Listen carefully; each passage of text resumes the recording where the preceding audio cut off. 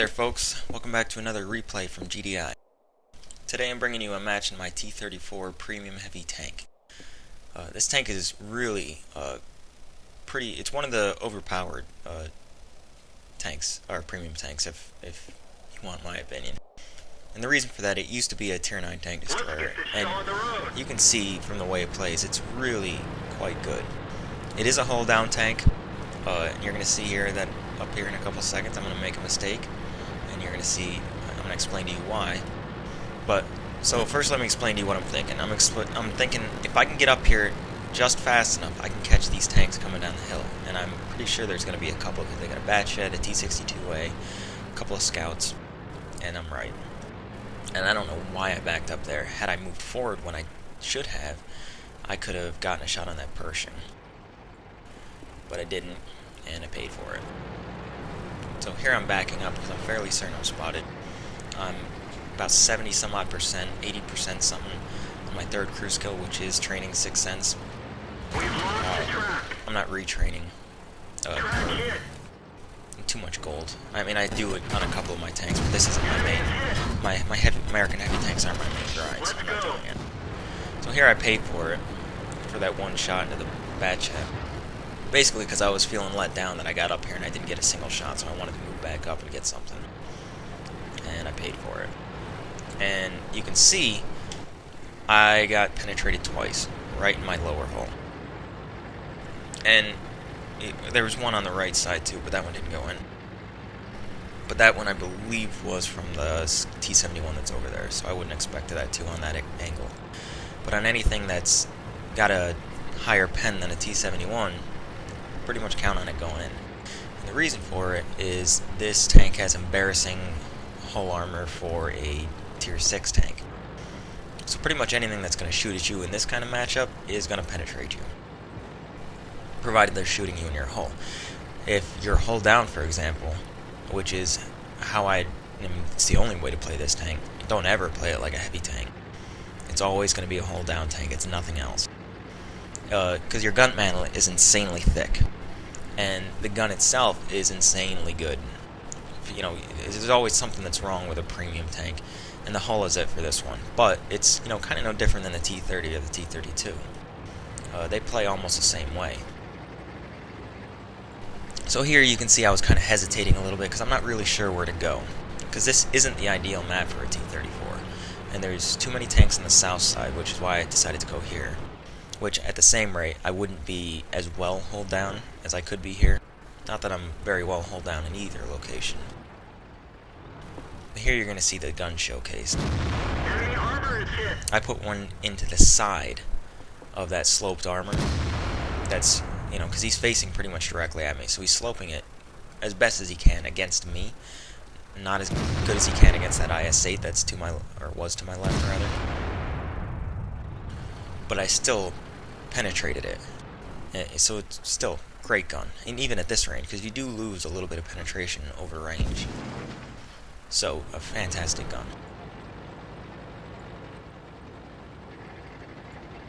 So here I'm moving back, and I'm not really sure why I decided to do that. Maybe because I wanted to, I don't know, bite my toenails, I guess. I don't know. No, but I shouldn't have done that because I missed the shot on the AMX. I think what it was, I thought I was spotted or something. So I was trying to avoid shots from anybody that may have been looking at me that was in cover, or concealment rather. So now I'm waiting for that AMX to show back up, because I know he didn't spot me. And now I'm noticing. Now I noticed T10E5 below me, who happens to be the best player on their team. So I know he's a threat, not only because he's the best player on their team, but because now he has cross shots on the people in A3, which is bad. Critical hit. So I made a little bit of a mistake of a shot there. But he is tracked, and it was fairly certain it was because of me. And he's dead, which is pretty much all I care about. But I'm still concerned about that T10E5. But it would be a mistake for me to try and go down and get him. I'm not in the tank or the tier to go after that kind of player in that kind of tank. So really what I'm doing now is I'm just waiting for him to make his move. And I'm trying to provide support to the 2 players on the hill. But, you know, neither of these guys are playing the way they should either. So what they should be doing is moving back, because we have all these tanks here ready to lay fire on all those tanks that he has there. It's, you know, five or six. I don't know if there's another one down there that's not spotted. But they're clearly outnumbered. They should be moving back. And they just decided not to. And the gun is really good, and you saw me kind of aiming at the commander's cupola. It's kind of a dodgy shot at this range. You can do it. And then you saw me at the last second aim down at his hull. But, you know, I'm really trying to place my shots a little bit better. Critical hit. There I kind of took a shot, anticipating the T34 to move up in his commander's cupola to go into my shot. But it didn't. Instead of traxated from another tank. So now I'm looking for the T10E5, and I'm thinking that he may have gone around this way because he may be expecting a tank in B6, and there are no tanks here, so he might be over here. But now I see that he's spotted back behind me in the other place that I expected him to go, which, you know, he had only gone 2 places. So I move forward to try and get myself turned around completely. Because I know it's going to take me a while, and I know I'm going to be exposed while I'm doing it. So now I see our E3 and E5 going after him, so I'm going to go join him. Because this player is a huge threat. And I'm not sure what he's capable of against these 2 players. In retrospect, I probably should have gone up and laid cover fire or crossfire down on A2, A3. Because these tanks are more than enough to destroy this E5. But you never know in pub matches, so I was just going with what I thought might be best. And here I kind of expected it to go into the side. You know, he's close enough that I didn't think I would need to aim, but clearly I did. You can see me just... They're hitting my gun mantlet right now, and even though it wasn't completely aimed at him, and they could have potentially gone into the side of my turret, it still bounced him.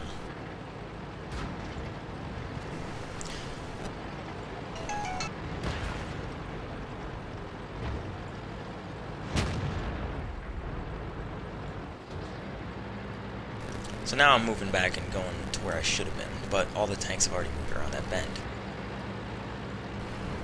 So, and you can see I straightened out a little bit here. It wasn't so much to, you know, side scrape against any tanks, because, you know, you're really not going to do it. It was so that way I could back down and get more hull down. And now I'm noticing the T62A. And this low isn't a very good player, so I know I need to be a little bit more aggressive because he won't be. And, you know, the 62A just fired on him, and he's not pursuing it. I mean, what do you... I don't know what to even say against that. It's like, dude, come on. So I put one into the side of him, and he just fired again, and I really want that low to go after. And he, you know, it wasn't a horrible... He did go after him after he fired. At my expense, but he didn't pursue, which I wouldn't pursue it either, because he's not fast enough to chase that 62A downhill before he reloads. Tiger 2 spotted, and I will have that. Enemy vehicle destroyed. So now we're 11 and 6. 12 and 6. Things are looking up. And he just keeps going up. 13 and 6. And this is the second replay.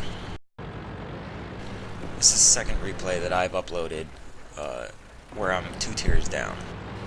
And you usually don't do, you know, very particularly well in these matches.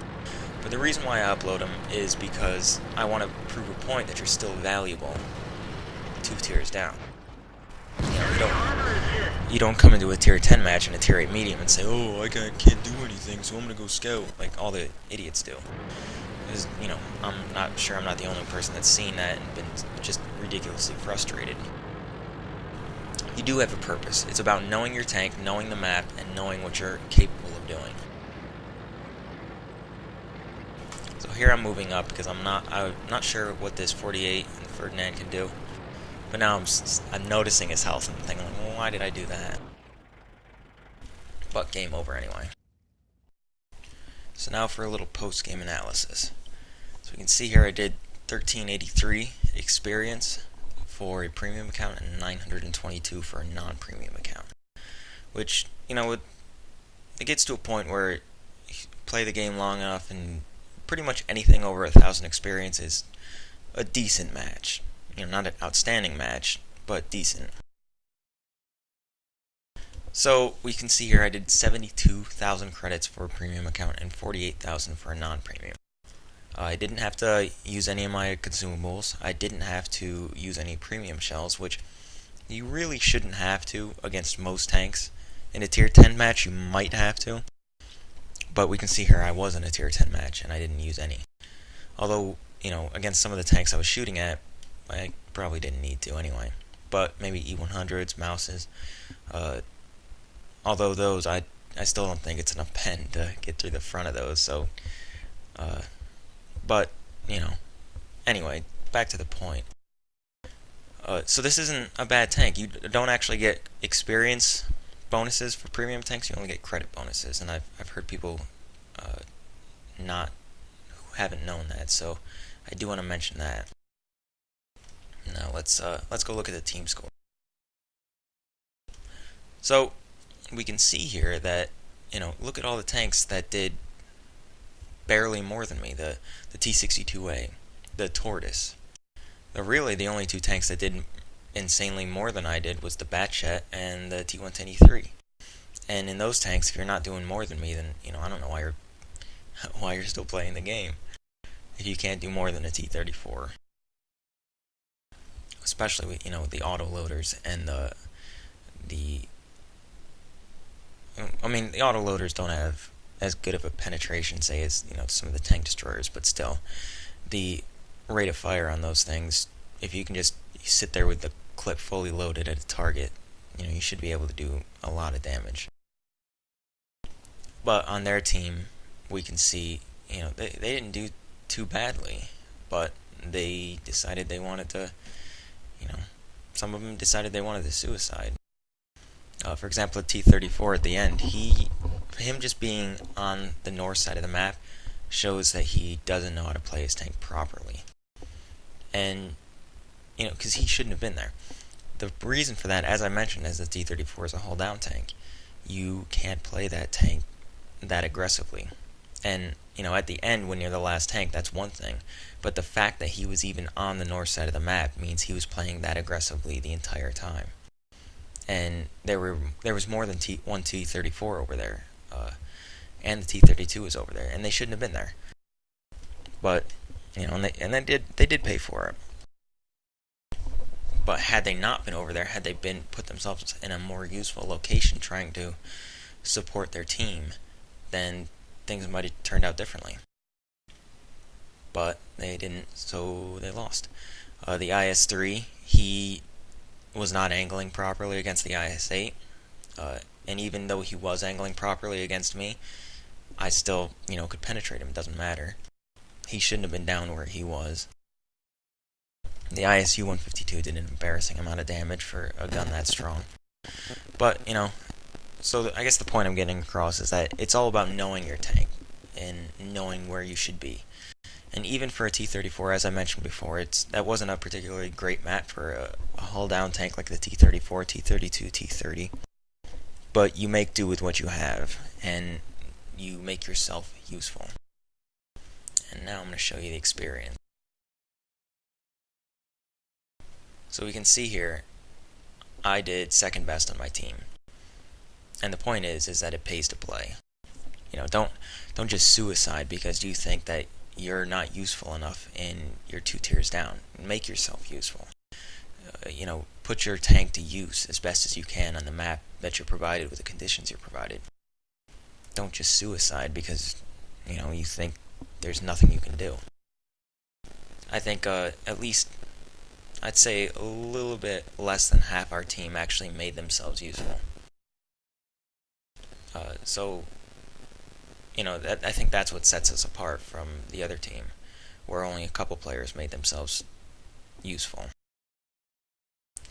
So now let's look at the detail. So we can see I fired 10, 9 direct hits, 8 penetration. So, it is pretty accurate. It's .35 accuracy, though, but it's not like a god mode sort of thing.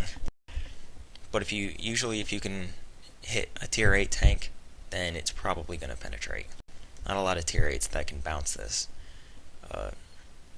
But, at that rate, if you're against T34 and you're also in a tier 8, especially if you're in a heavy tank, angle your armor. It always pays to angle.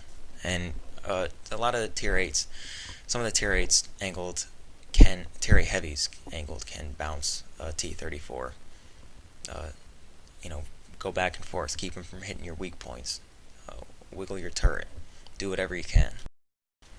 So we see I did 658 spotting damage, not too much, and most of that was actual spotting, very little track damage. So yeah, 2750 potential damage received, and some of that was from the Batchet hitting my turret, some of that was from the T71 bouncing me, some of that was from the Pershing bouncing me. So as I said, this is quite a good tank to bounce in if you can just keep your turret exposed and your hull completely unexposed. So in conclusion, very good tank. Just keep it hull down. Don't try to play it like a heavy tank like those T34s and T32 was doing. The only reason that they were as successful as they were is because they had our tanks on the hill outnumbered 2-1. They had 6 tanks up there against our 2. So yeah, eventually they're gonna overtake us. But they took a lot of damage even doing that. So just play this tank hull down. It's move yourself into a forward position and get yourself medium range support role or a defensive role. It's pretty much your options. It can snipe a little bit. Its accuracy is .35, which is good. I wouldn't consider that a sniper good, but it's not bad, and it can do it if it needs to. And against a weaker tank where you don't need to aim on weak points, then by all means, fire away. But, you don't want to play this thing aggressively and try to go, and city maps is where this thing is going to suffer a lot too, because you can't hold down in a lot of these city maps. The other thing I wanted to mention was about premium tanks. I do recommend this tank, but I don't think you should buy it if you don't play American heavy tanks. I went ahead and I bought this tank when I first started playing the game and didn't realize that you can train up your crew in premium tanks, and that's one of the besides credit bonuses, crew bonuses are the other thing that really is what really the reason why to play premium tanks. Basically, you do your daily doubles for, say, your T29, your M103 or whatnot, and then you put the crew in the T34 free of charge. You don't have to retrain them, and then you get the daily double for the T34, and that all goes towards the crew on whatever crew that you put in it, and then you can put them back in the whatever tank that you pulled them from in the first place, and you don't have to retrain, and you still get all the crew perks and skills and whatnot, and because you don't receive a penalty for it, so long as it's in the same nation and the same class of tanks. So you can't put a Pershing crew inside a T34. You're going to be missing a few crew members anyway. But hypothetically, if that's the same number of crew members, you couldn't put, say, E75 crew inside of a T34, for example. But, if it's an American heavy tank crew, you can put it in the T34. Same thing with an American medium tank crew. You can put them in the Super Pershing. German medium tank crew, you can put them in the Panzer 5 M10, so on and so forth. And that's really the bonuses of it. And this is a really expensive tank if you don't play American heavy tanks. It's a $50 tank, basically. So I wouldn't recommend buying it unless you have an American heavy tank crew that you can put to use in this thing. There's the Super Pershing for American medium tanks. There's the Jagdtiger 88 millimeter for German tank destroyer crews. I will say this is a really good credit grinder because damage is one of the strongest factors that correlates to credit outcome. So, for example, the Super Pershing is also a tier 8 premium tank. You're not going to really do as well in that tank's as far as credits go because of the low penetration, the low alpha damage. You're much better off buying this tank for credits. But as I said, if you don't have a crew for it, then I think it's a waste. But to each their own. If you don't care about your crew and you just care about credits, then do what you want, I guess. But so you've heard my recommendation. You heard what I think. You heard what I think of the tank and strengths and weaknesses. So it's up to you to decide, though. But anyway, so that's it for the T34. If you like what you saw, please like the video. Think about subscribing. If you have any disagreements with what I said or you agree with what I said, please leave me a comment below. Let me know what you think. But anyway, until next time, you guys take it easy.